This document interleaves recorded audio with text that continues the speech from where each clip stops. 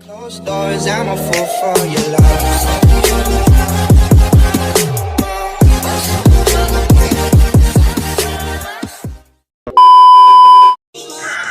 Ayan, mega love shoutout guys. Ayan.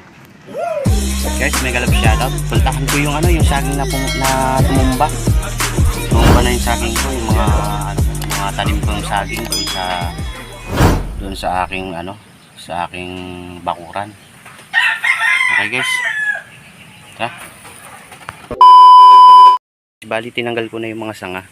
Yung mga sanga yung mga katawan nung saging na tumumba dito sa sa aking bakuran. Yan, wala na yung saging. Wala na, tinanggal ko na siya, natanggal ko na, kakatanggal ko lang din. Kasi baka tamaan pa tong mga mga reptile na may namang mga isda.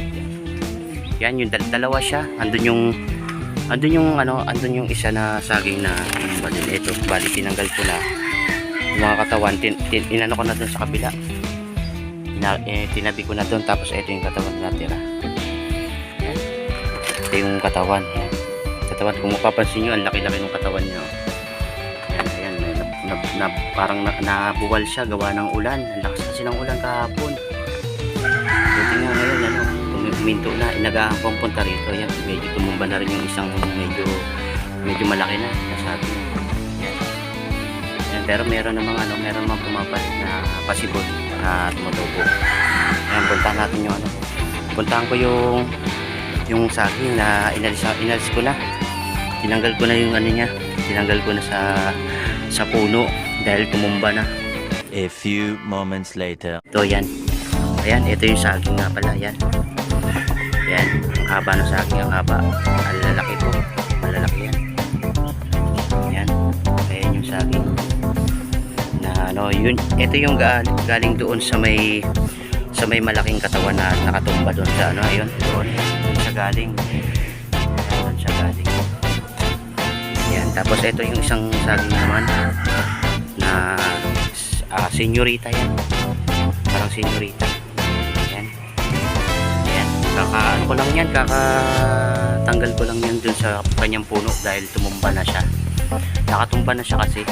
Kaya inalis ko na rin kasi baka madama yung mga yung mga reptile ko kasi may lamang isda yun. Tapos ito may papaya akong panibago rito na tumutubo na rin yan, dan maraming bunga na rin. Maano na rin, lumalabas na rin yung medyo malaki-laki na rin ang konti yung mga bunga. Ayan, mga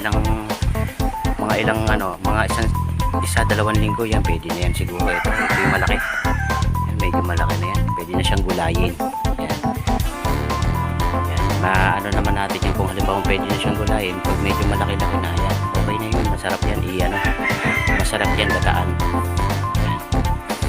Ayan guys, papakita ko sa inyo yung itsura yung itsura nung kabuuan ng hagdan ko. Nakakita ko sa may taas. Ayan, may hagdan dito may hagdan. Ayan guys, ayan, yan yung yan yung tanim ko, mga tanim ko. Yan, ayan yung kubo. Nandito ako sa taas, bali pababa yan, pagbaba yung bahay, yung sa may tanim ko, sa may bakuran ko, pababa yan. Yan, ayun doon. Ito may saging pa. Ayun yung papaya ko yung papaya ko na nakukuha ko ng palagi ng bunga at pati yung nakakapagpahinog na ako dyan ng papaya. Yan, yun yung papaya na yan. Tapos yan, may kapalit naman yung saging na tumumba. Yan, medyo malaki na yan. Aantay na lang din ako ng paglabas ng puso. Yan, paglabas ng puso ng saging yan. Yan, yung saging ko. Dalawang pulo naman saging.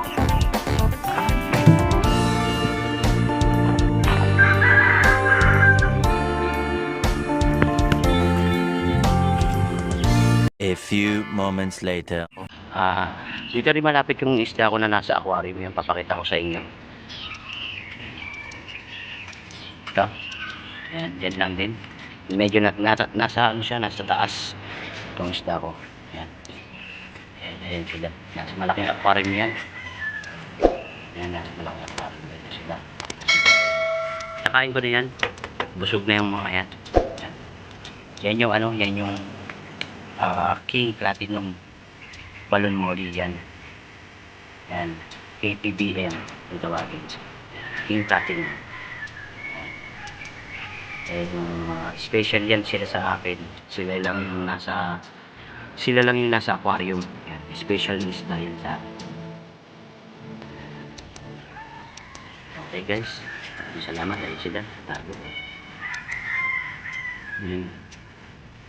Hanggang doon lang guys. Okay. Maraming salamat. Yan. Thank you po. Thank you po sa panonood. Maraming salamat sa panonood nyo. Yan.